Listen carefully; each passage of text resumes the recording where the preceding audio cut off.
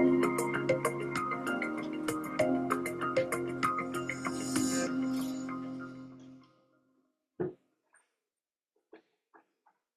to the panel, The Frequency of Sacredness and Oneness Alignment, as part of this year's Global Oneness Summit, the theme of which is the art and science of elevating consciousness. I'm Connie Baxter Marlow, and I will be facilitating this panel with this family of friends the vibration of oneness has brought together today. I'm an author, photographer, filmmaker, and futurist who has spent decades in association with visionary elders and have seen through their vision, prophecies, heart, and spirit, as well as my own knowing, that peace, unlimited abundance, and true sovereignty is in the process of coming on earth as humanity aligns action with the vibratory level where the oneness with all of creation is evident, and separation, fear, and scarcity, and the resultant systems and behaviors become a thing of the past. I believe we are in the process of accessing this state as the vibration of Earth increases and new information becomes available to us, enabling us to choose to express in our daily actions the love, compassion, empathy, and kindness that live in our hearts as everyone and everything becomes sacred. Sacredness has a vibration. Can you feel it as I speak of it? We have some panelists with us who are connected with this frequency in unique ways, as is everyone who's ever incarnated on the planet. Dr. Jude Currivan, who is coming to us from near Avery, England, and Greg Campbell in Australia, and Andrew Cameron Bailey over in Studio B here at Sunrise Ranch, and Hereditary Chief Phil Lane Jr., who is currently in Thailand. I'm going to cleanse our field with some sage in the Native American tradition to open our hearts and clear our minds and raise our vibration.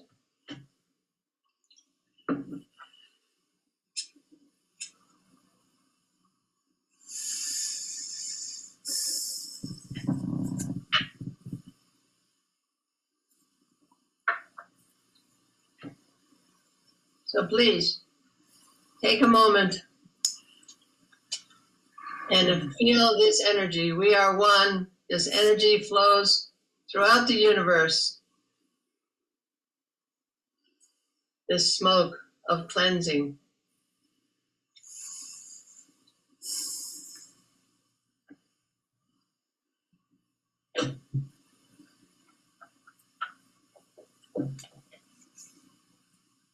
We will be exploring the indigenous perspective through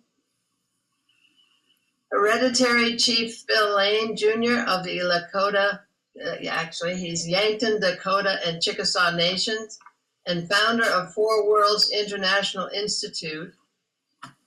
Phil is dedicated to uniting the human family through the fourth way for walking the red road, and works internationally for healing and responding to our divine calling. We have been in relationship since 1992, over 30 years, and it's just a thrill to have Phil with us tonight. Representing the Indigenous perspective will also be Greg Campbell from Broome, Australia, who authored the book Total Reset at the behest of First Nations people of Australia, with whom he spent 30 years. Greg will speak of humanity aligning with First Law, also known as Unity Law. We met recently in Australia.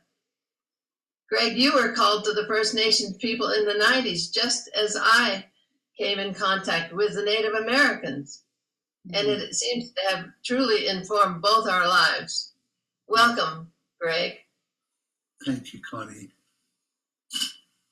And we have Dr. Jude Currivan, evolutionary cosmologist, healer, author, futurist, and co-founder of Whole Worldview. And she will bring evidence-based science of unitive evolutionary consciousness and its application to the emergence of unitive economics as we transform from the inside out and bring new systems of kinship, reciprocity, and reverence for all life on earth and beyond, embodying the complementarity of feminine and masculine attributes, all of which lie at the foundation of indigenous ways and cosmology. Jude has traveled to nearly 80 countries and worked with wisdom keepers from many traditions and has resonated to this frequency from childhood. We've known each other and resonated for a few years now. Welcome, Jude. Thank you, Connie. It's wonderful to be together. And Andrew Cameron Bailey, my darling husband and co-author with me of The Trust Frequency, 10 Assumptions for a New Paradigm, which is informed by indigenous cosmology and leading-edge science, will share his view of shifting core assumptions about the nature of the universe for accessing the vibration frequency we are discussing through absolute trust in a conscious, loving universe. Andrew was working with the San of the Kalahari in the 90s. The 90s were a powerful time of realization and access to indigenous and other enlightening ways. Welcome, Andrew. Thank you. I'm glad you mentioned San Bushman, because all of us, it's remarkable what we were doing in the early to mid 90s is totally relevant to this beautiful panel. Thank you. Yeah, it's really amazing. Boy, that interconnectedness is what keeps me going, that knowing of the divine orchestration of this journey humanity's on. Each panelist will briefly introduce themselves and then speak on their perspective for 5 minutes. We will then have 30 minutes for a discussion amongst the panelists in response to questions I will ask, with a 5-minute wrap-up. We will proceed in this order: Phil, Greg, Jude, and Andrew. So, Phil, tell us what you have to bring to this conversation. Mitakiapi, my very, very, very beloved members of our human family. I want to extend a very warm and loving handshake to each and every one of you as we gather here to explore how we may become so illumined we will enlighten the world. My name was passed on from my father, my great-grandfather, and so forth, is the name Philip, lover of horses, Lane Jr., and I received the honor as well as carrying hereditary lineage here some years ago. So there's that. And then in terms of my Dakota names, given at 12 by Walter Stronghart, Shante Washte, Stronghart, 12, and then my grandfather, Frank White Buffalo Man, when I began to begin my spiritual journey. One is, I am a leader of warriors who takes the enemy's best horses, and I am a sacred black pipe born of thunder, lightning, and rain. And I stand fully responsible before the Creator for my words and my actions. I believe the foundation of this whole understanding is the fact that when we're conceived, at that moment, even photographs show light flashes. At that point, each of us is conceived as sovereignty, ancient, imperishable, and everlasting. And that is something we need to look deeply at who we are. We are that. No matter what happens after we're conceived, we continue to be His divine soul. And I want to say this about our souls. We get this out of the way here, from my perspective. The soul has no gender, no ethnicity, no race, no class. Our soul is a reflection of the oneness of our Creator, which makes all forms of prejudice whatsoever completely unacceptable. We are not our earth suits. Our earth suits are simply the vehicle by which we go through this physical world of time and space, that's all. Just like our womb suit was what we made it through in the womb of our mother. And beyond that, what are we doing here? We're in our womb suit, our point was to grow our physical arms and legs and eyes and ears. That's what it was about. This world's about growing our spiritual arms and legs and eyes and ears. Become more loving, more compassionate, more forgiving, more generous, more brave courage to be ourselves, who we are. That's what our purpose is here. Why? Because this short life, as we all know, the elders sitting here, it's like Prophet said, life's like the breath of a buffalo on a cold day, or a firefly on a warm summer night, or the shadows vanishing before the setting sun. That's life. It's that quick. And how many times I look at the mirror lately and say, how in the world this happened? Seems like just boom, you're there. But that's because we live in an eternal world. We think we're defined in here, this physical world of time and space. Really, it's a shadow. Shadow. You know, we have to go beyond the world of names and the murmur of syllables and sounds. We have to go beyond the space between the thoughts. That's leading into our divinity, our holy, sacred divinity. And when we touch that, we realize we're one human family. And the hurt of one is the hurt of all. And the honor, the healing, the upliftment of one is the honor and healing, upliftment of all.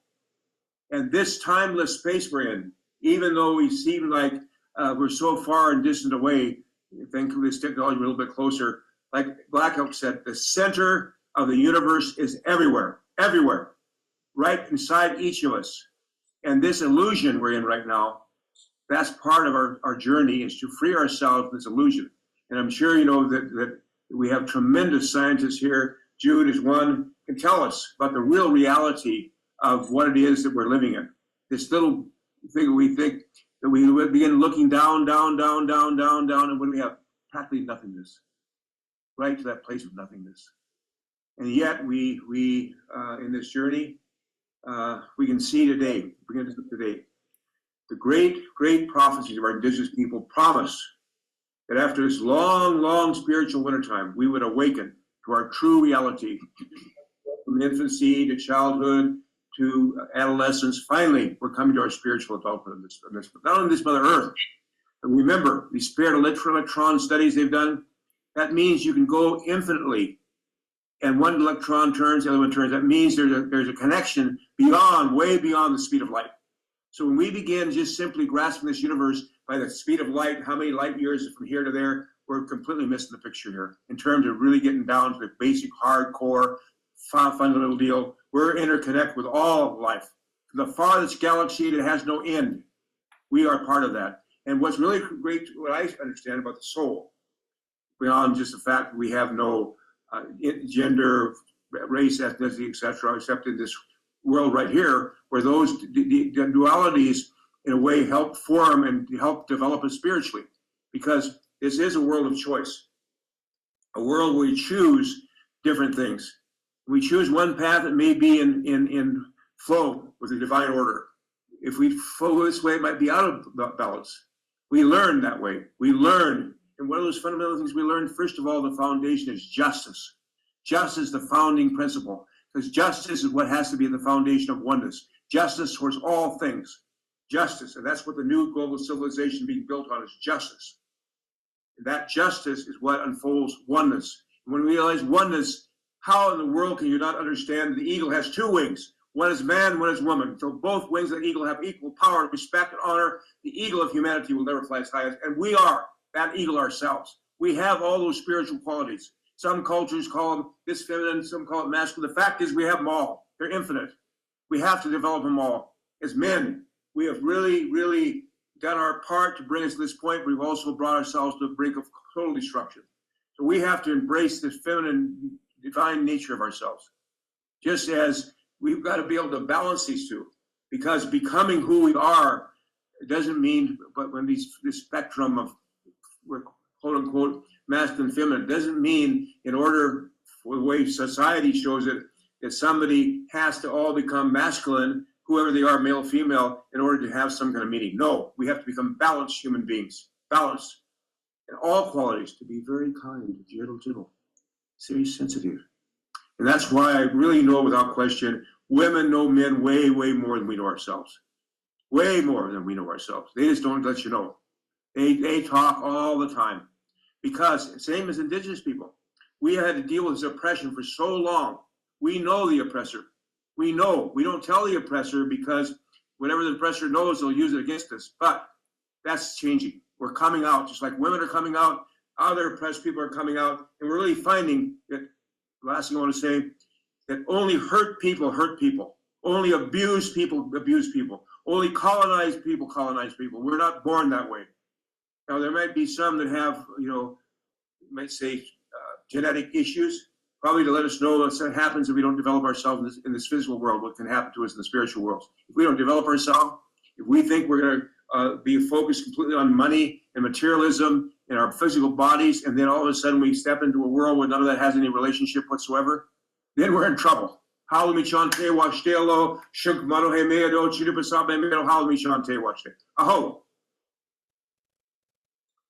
Thank you, Phil. I'm so glad you're here and brought all that wisdom to us. So let's hear from Greg. Thanks, Connie. Wonderful, Phil. Speaking straight from the heart, from that space. Real wisdom and truth in what you have just said. Much appreciated. Always a wonderful feeling to sit in the company of wise elders. I had the great good fortune in 1991, thanks to the grace of my mother, of meeting such a being in the far north of Western Australia in the remote Kimberley region. His name was Paddy Rowe.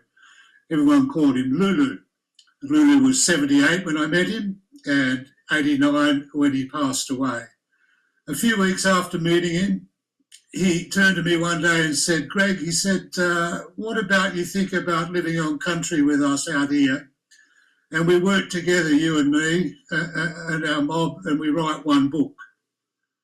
And I said to him, well, Luna, I'm not a writer and you fellas are not literate, so why on earth would you want to write a book? And he said, well, yeah, you fellas write books. That's what you fellas do. And he said, us fellas, we're holding the original knowledge from day one, from when the first humans appeared on Earth. And he said, we're in big trouble right now on this planet. And he said, unless we bring that knowledge back to the surface, the whole thing's going to go down. So I said, we've got to write this book. And I thought about it, and I thought, well, that's a wonderful thing to do. And he's very respected. He's senior keeper of the law, very powerful medicine man, shaman, black elk type of character, really. Very, very strong, tough as steel and as soft as a marshmallow. Beautiful heart, just like Phil was saying, very generous, kind, compassionate, totally non-judgmental. Everyone was treated like a god. Everyone was treated like they were sacred, including murderers as well as politicians, the whole gamut. So it was that kind of person who I thought, I'll devote 2 or 3 years of my life to that. I can afford to do that. I had no idea it was going to be 31 years. But they're very powerful, and country's very powerful. And country didn't want me to go, and nor did he. So I stayed there and I worked off all my white fellowship to a very large degree, and finally started to become a real human being, a true man, proper man, a person of integrity, of dignity, a self-regulating man, as joyful as with women, men, children, no matter, animals, trees, kangaroos, magpies, cockatoos, all family together. When I asked Lulu, what's this book about? He said, well, yeah, we're going to share a lot of deep knowledge. There's stuff we can't share because you'd have to be properly initiated deep inside our business to get that, otherwise can misuse it. But there's a lot we can share now. And he said, main thing, Bubba, is that people got to return to the ground at the bottom of everything. We've got to sit on the ground at the bottom of everything. Now, at first I didn't understand what he was talking about. I'm very familiar with the Asian philosophies and so on, and the sacred and the Christian tradition and so on. But I didn't realise he was referring to that ground which is beyond space-time and form and phenomena. The Aboriginal world is called the dreaming. In the Vedic tradition of India, called the Dharma, Sanatan Dharma. So that ground at the bottom of everything is the essence of our being. It is not a material reality. The material reality manifests within it. So the entire universe is really like one little bubble of a vast consciousness which has many bubbles in it. Now, for Lulu, the reason it was so important that people return to the ground at the bottom of everything is because there they will see the law, what Aboriginals call first law. First law is not made by humans. First law is a part of the creative power within which this universe is manifesting every instant, resonating, materialising in a non-stop creative process. Nothing stops. Everything keeps moving and changing, except for consciousness, except for that, except for the Great Spirit or the Great Mystery. That remains ever unchanged and unaffected by all that's going on within itself, within its play. It can burn, but it doesn't get sick. So Lulu said, so we're going to do this book. We're going to give people a new set of lenses through which they can look at the world. Actually, it's a very old set of lenses, oldest set of all. But for most people, it's a new set of lenses. You know, we look at that world with the whole picture before us, then we'll understand how to go about changing the trajectory that we're currently on. So that whole picture includes, of course, physical reality. It includes the nature of the connections between the forms and phenomena of physical reality. But it also includes the connection with the sources of physical reality, the creative energies or powers that are not visible, they're not physical, and they can be experienced every instant as true feeling, is what the old man Lulu called it. True feeling, deep feeling, before the mind kicks in. Always before the mind kicks in, that voice of the one speaks within.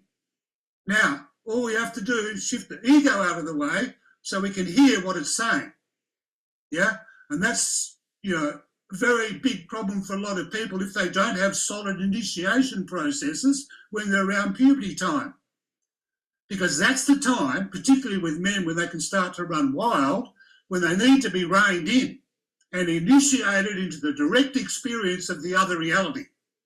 So I think American Indigenous people might do things like Vision Quest, and I don't know what your initiation practices are, Phil, but I'm sure they're many and varied and wide and powerful, and people have actual experiences of that. And then, of course, the more the ego gets out of the picture and becomes a servant of that, rather than the master of the show, the more those spiritual powers can operate through us. So we might think, oh, they're my powers, but they're never our powers. They're the powers of that, and they operate all the time, and they can come through anyone at any time, in any way. Extraordinary things. Yeah, I mean, I saw the old man bring someone back. Well, I didn't see it. The old man brought someone back from the dead, for example. That wasn't to be freaky or unusual. That was considered just a part of the normal thing of being a true human being. Yeah, thanks, Connie. Yes, thank you so much, Greg. There's so much commonality here. Let's hear from Jude, and so we can get on with our discussions as after everyone is finished. Thank you. Thank you, everyone. Well, I'll just sort of take the talking stick from my brothers, Phil and Greg, with gratitude. And I won't go into a lot of the science stuff today because there are other ways to come to this. But I was asked to speak today as to how a unitive perspective might actually serve our transformation of our economic system. And so, to begin with, the current dysfunction of the global economic system is based on a worldview of materialism and separation. And as Greg just referred to, human egonomics rather than planetary economics. And it's drastically debased its healthy functions, qualities, and purpose. And originally, the word was attributed to the Greek philosopher Aristotle as being the wise management of households nested within a wider community. And this understanding and exhortation now needs to be expanded, as indeed the indigenous wisdom always has done, to the interdependent whole being of humanity and our planetary home Gaia. So unitive economics is underpinned and framed by unitive narrative, and itself founded on emergent and evidence-based unitive cosmology, as Phil referred to, which describes the essential wholeness of our living, loving, evolutionary and non-locally unified universe, and where mind and consciousness, universal mind and consciousness, aren't something we have, but what we and the whole world fundamentally are. I mean, Greg referred to a bubble. I talk about our universe being a great thought of the infinite and eternal mind of the cosmos, a great spirit. For the realization of a unitive economics, its unitive paradigm or worldview, that unity is not an aspiration, it's our existential reality, is vitally required to be embedded in unitive values and principles and consequential institutional structures, policies, standards, legislations, behaviours and metrics. This is the first law, essentially, that Greg is referring to.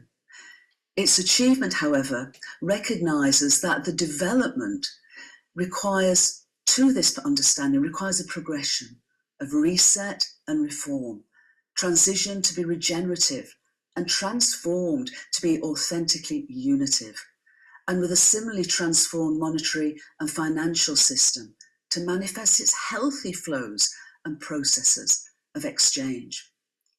Humans are fundamentally cooperative and social, with our greatest satisfaction achieved in helping others.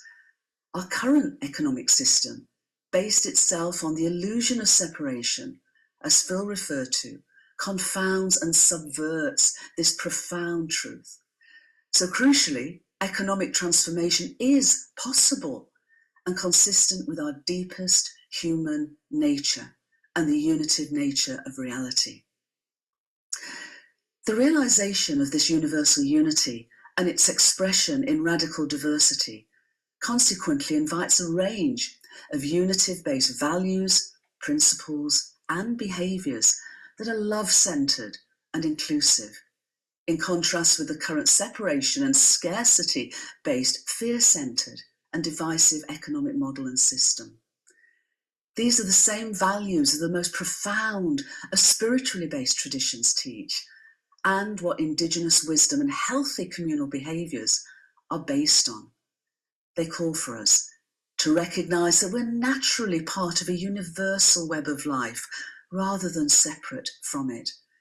These include reverence for all life, as both Phil and Greg have talked to, embracing, honouring and respecting not only people and other biological organisms, but also those who Native American traditions and teachings refer to as all our relations, including the body of our planetary home Gaia, our sun and moon, our ancestral lineages, and spiritual and unseen realms. Another is a deep and felt sense of what's fair and just that sociologists appreciate is embodied in us and naturally expressed from early childhood, and as Greg referred to, through the rites of passage throughout our lives, emphasises that, helps us to continue to live in such a way. Reciprocity is another value, which ensures the mutuality and balance of give and take.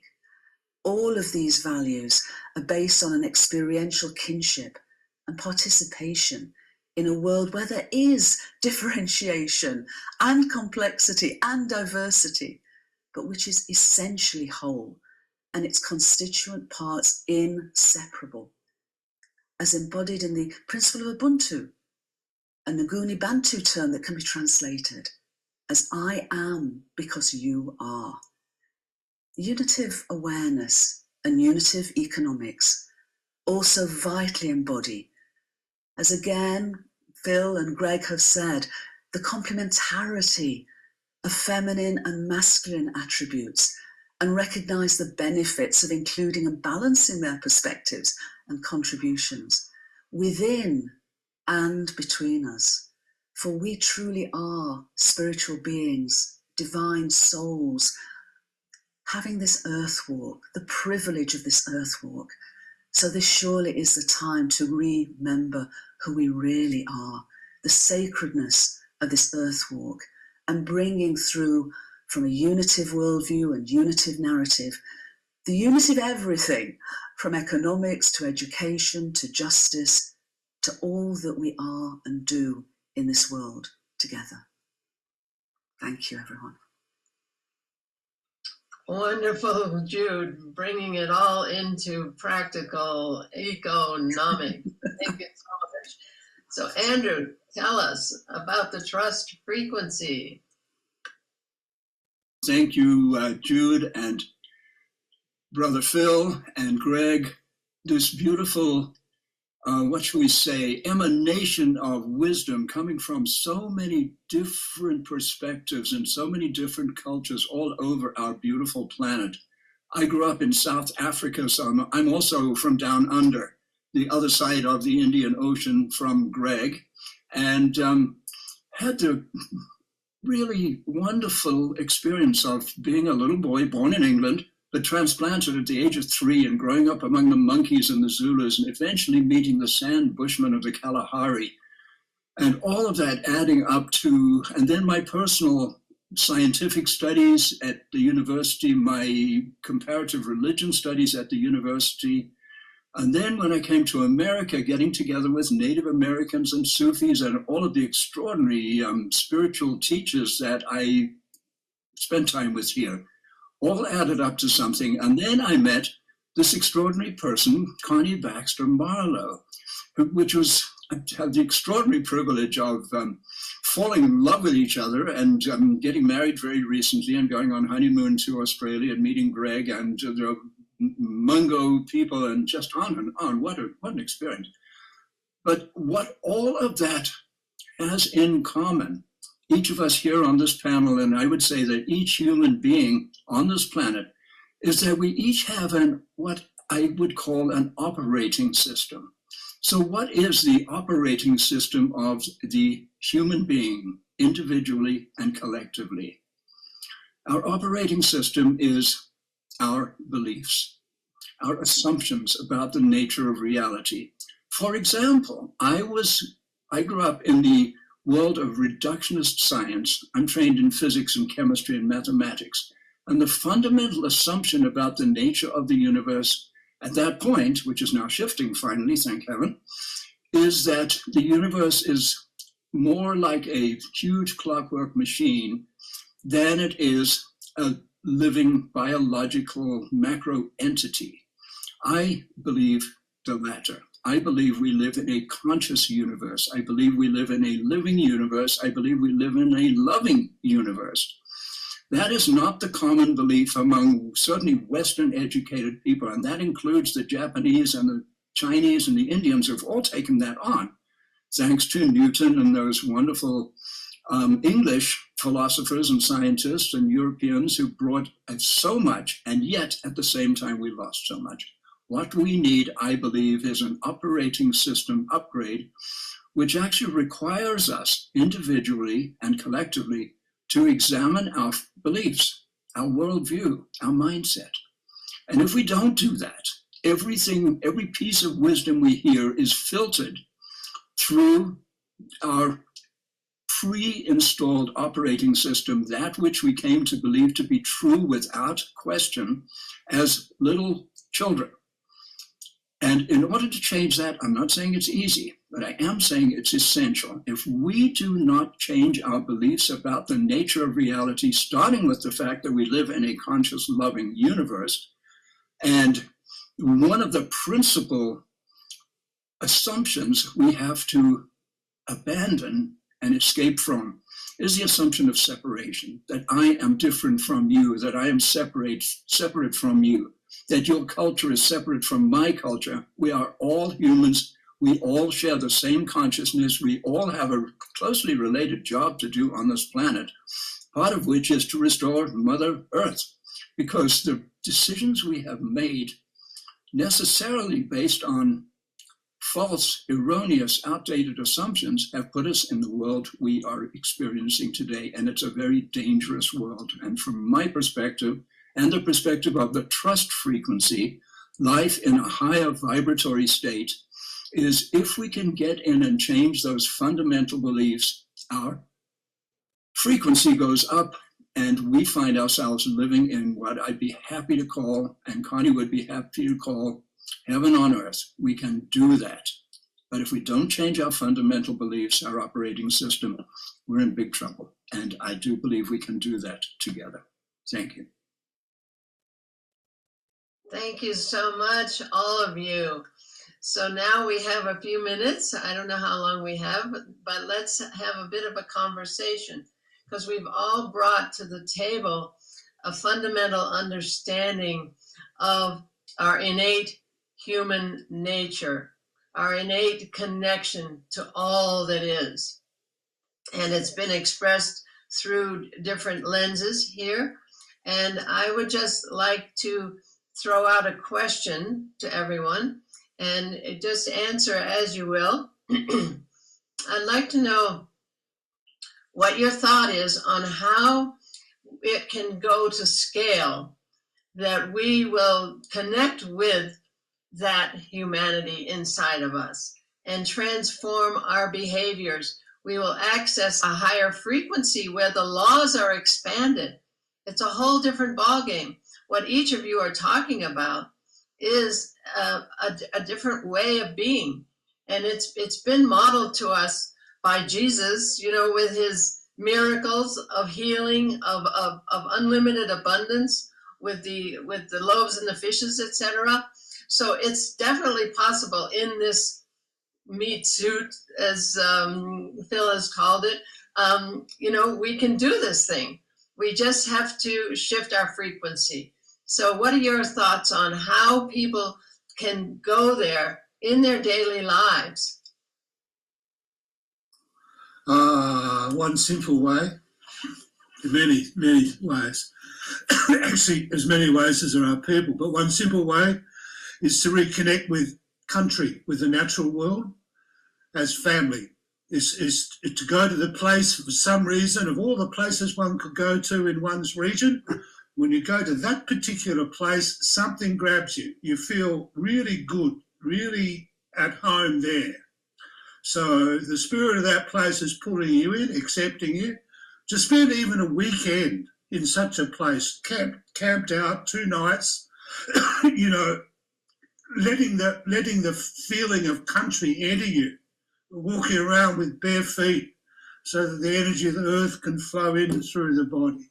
Just being with country can be extraordinarily transformative. Now, there's many other ways, and one simple one that comes to mind is this: right now, where we're sitting, we are seeing and hearing, we have sensory input. Can we have the experience of being with the inputs coming in without labelling anything? When we were 3 months old, 6 months old, whatever, we experienced life moment by moment, but we didn't label anything. We experienced being present in the here and now, and it doesn't require labels or the mind's intervention. It requires a true feeling. And that true feeling, as we see with the little one, is full of joy, full of delight, full of unbridled love or trust or for everyone. You're right in that frequency that you talk about, Andrew, the oneness frequency.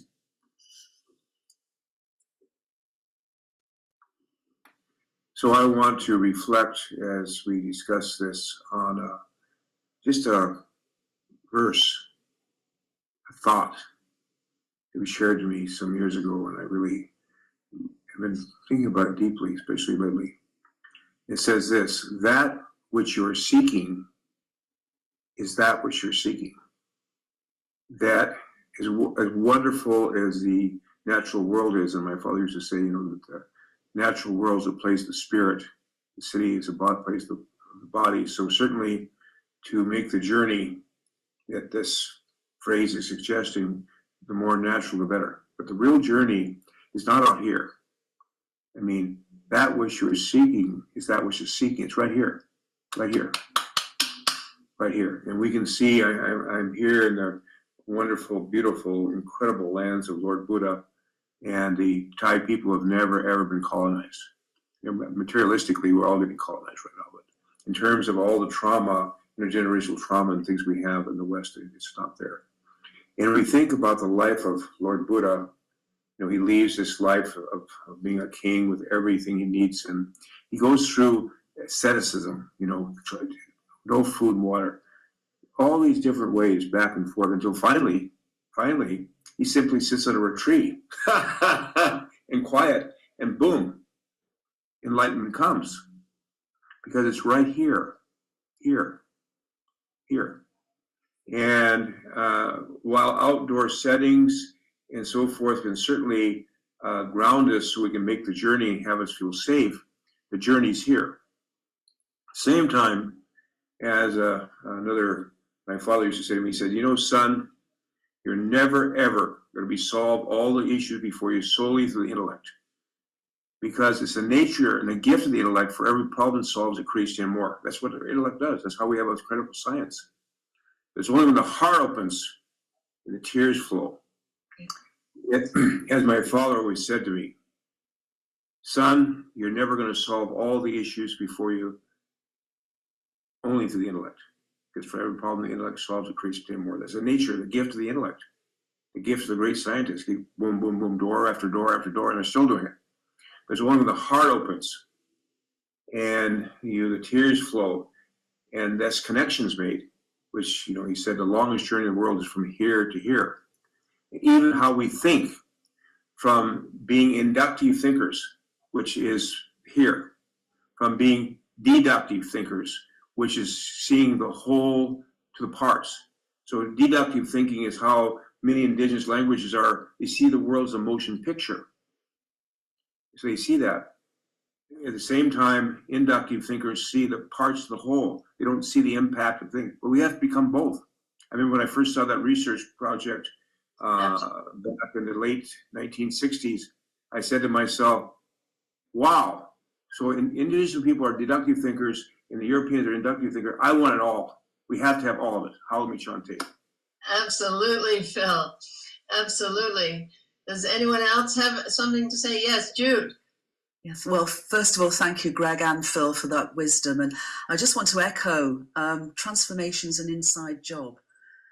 And so in that regard, it is the inner transformation that leads to the outer transformation. And yet they can both play together. I had a really good conversation a while ago around unitive economics and how if we can move our worldview into this perspective of wholeness, then everything flows in a different way because we see a reality through a different lens.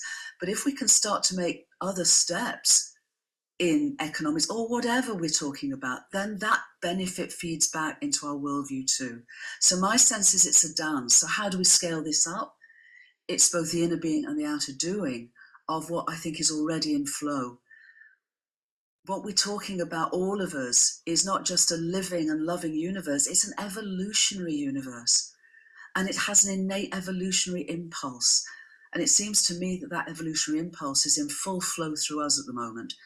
So as we attune and align to it, which just having this conversation is part of that, then that's already serving the field of potential and possibility and emergence. So that seems to me, we can do so many things, but transforming, as Andrew talks to, of the trust frequency by increasing or raising our frequency from a sort of a fear-based, separate-based perspective to a loving, inclusive perspective, that of itself begins to scale up because we are inseparable. And whether we're aware of it or not, our thoughts, our emotions, our words, our actions affect everything in this world. It is truly interdependent and inseparable. So that's how we already are scaling it up. So it seems to me that whatever we can do together to link up and lift up, as this Global Oneness Summit is doing, And so much else of what we're all involved with is doing. Every day, we're taking this inner being of love and our knowing that we are whole and inseparable into all that we then serve in the world.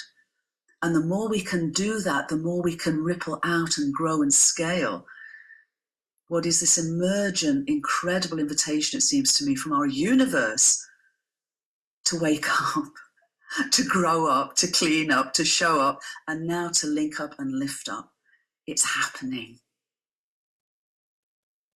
So how do we scale this up?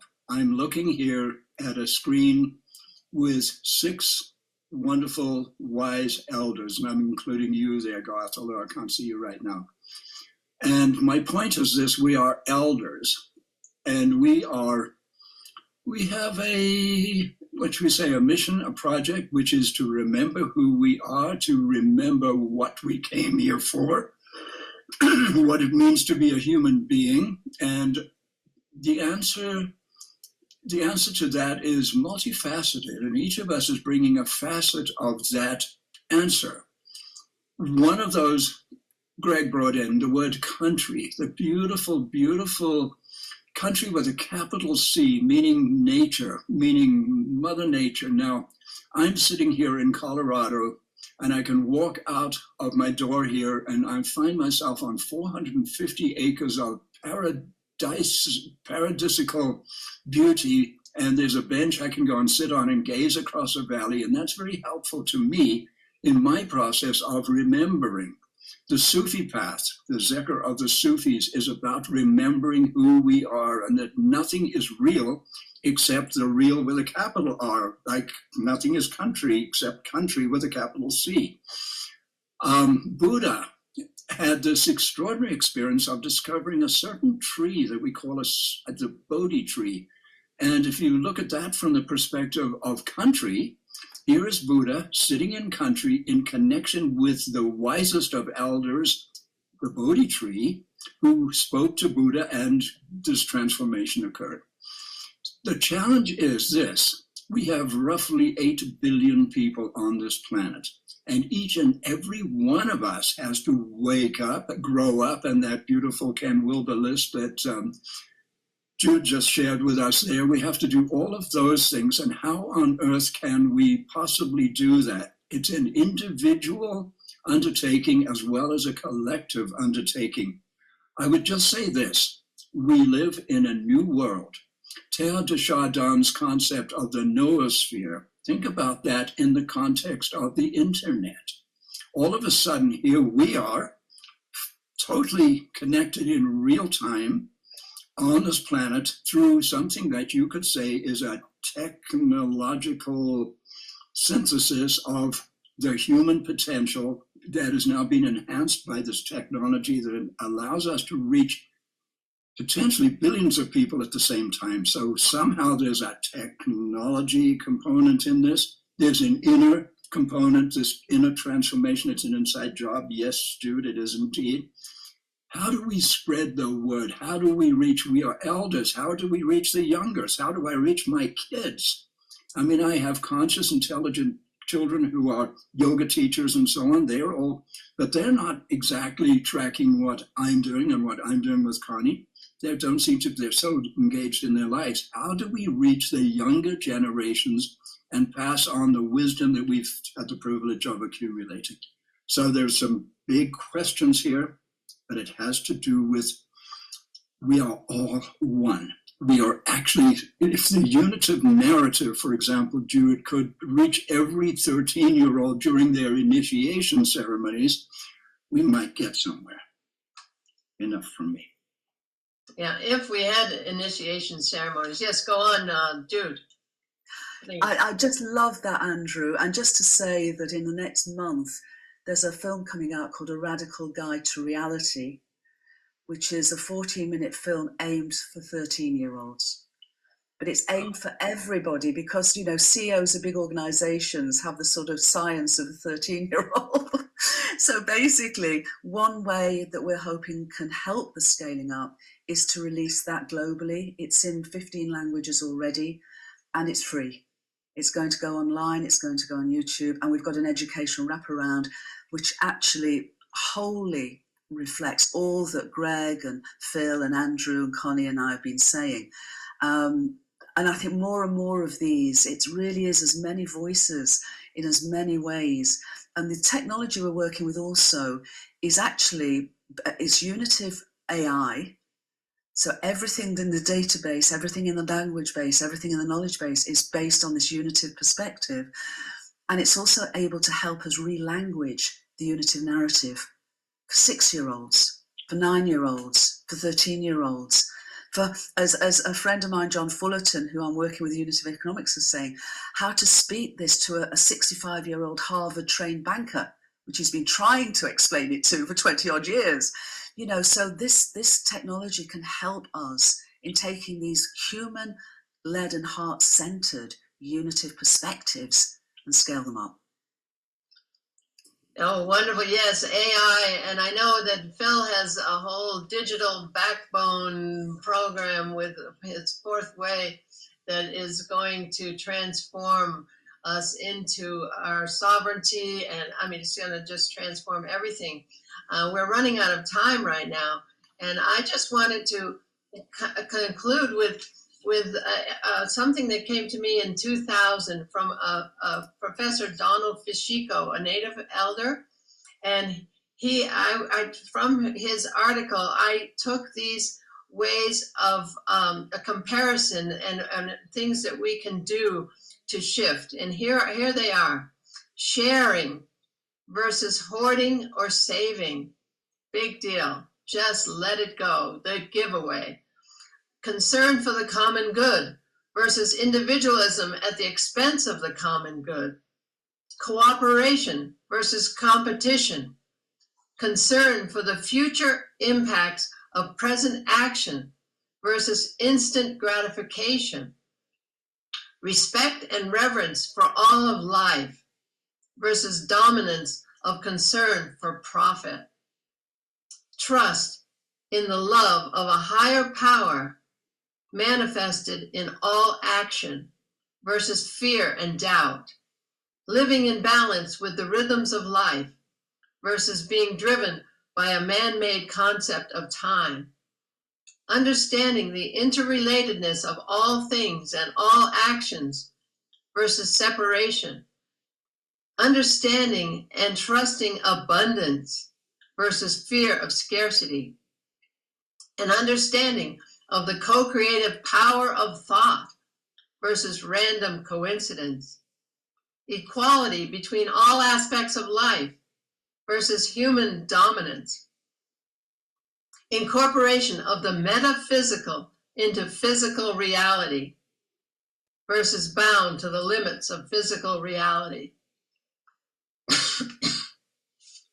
So I feel those are action points for people. They can really take those in and say, okay, how am I doing with that shift, that change? Any further thoughts? Yeah, I'd like to reinforce something Phil said, because it's what I learned from my teachers as well. And that is that everything we seek is already there inside. In fact, the whole universe is inside. Not really inside, outside, but for language purposes, the whole universe is inside. And you can see it as a tiny little blue pearl, like the size of a grain of rice. You can see it with eyes closed in meditation. You can see it sometimes with eyes open. It pops out and stands in front of you, and the whole universe is inside it. Now, all the powers of the universe are in every living, or everything, in everything. The humans who have free will, that can be an awesome power if used in an intelligent, loving and wise way, or contrary, as we're sort of seeing at the moment. I feel spot on. Any other thoughts? I'd just like to add to that, Greg, that was beautiful. all of those wonderful lists, that wonderful list, Connie, that you read out, they're such wise guidelines, but there's a long list there. And all of them are important and relevant. But I suppose at their fundamental base, this is what Greg said about this is the ground that we stand on, is love. So I would say choose love. Choose loving thoughts, choose loving words, choose loving action. Because that then, and our universe is loving. And for me, it's not, it's far, far, and for all of us, it's far beyond the human sentimentality. This is a universe of love because it's a universe that is inseparable. And we're part of it. We're its microcosmic co-creators. We're potentially its co-evolutionary partners in this amazing moment. So let's choose love, because when we choose love, we literally enable the universe to fully flow through us. Well, you exemplify it, Jude, beautifully. You're full of love. You can feel it streaming out of you. It's wonderful. And when it comes through a brilliant, refined intellect, wow, that's a gift. And it's my understanding that all of creation is awaiting the opening of the human heart and the release of the love therein. We're going to shift it all in this process of transmuting those energies of fear, separation, and scarcity, which has been our job. So no shame, no blame. No. Andrew, do you have any further final comments? Love. You see, I think we have to understand when we talk about a conscious, loving universe, we're using a capital C and a capital L, and there's a difference in our perspective between human love, which is I adore you, I love my grandchild, I love Connie, you know, I love each and every one of you, I love myself to the best of my ability.